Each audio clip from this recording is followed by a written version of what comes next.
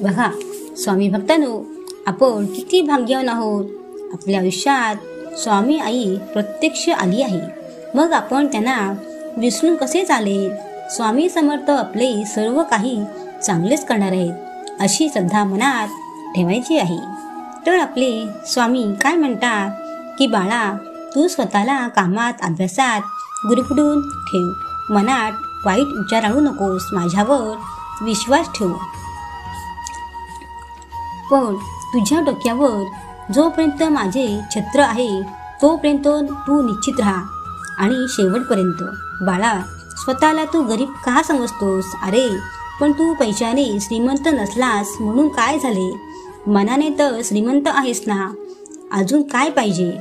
तू फक्त माझ्यावर विश्वास ठेव. माझा कधीही विश्वास मोडू नकोस. तू फक्त आपले काम करीत जा व मुखाने माझे नाम घेत राहा.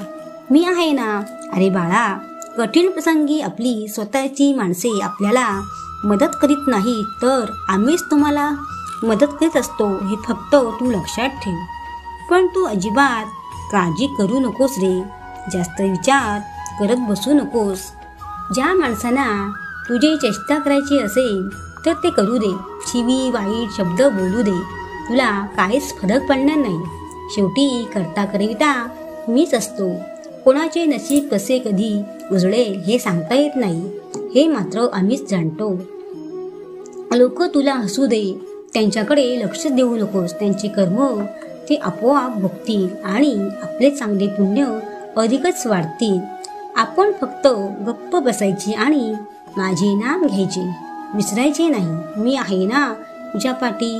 मग तुला भीती कशाला. श्री स्वामी समर्थ.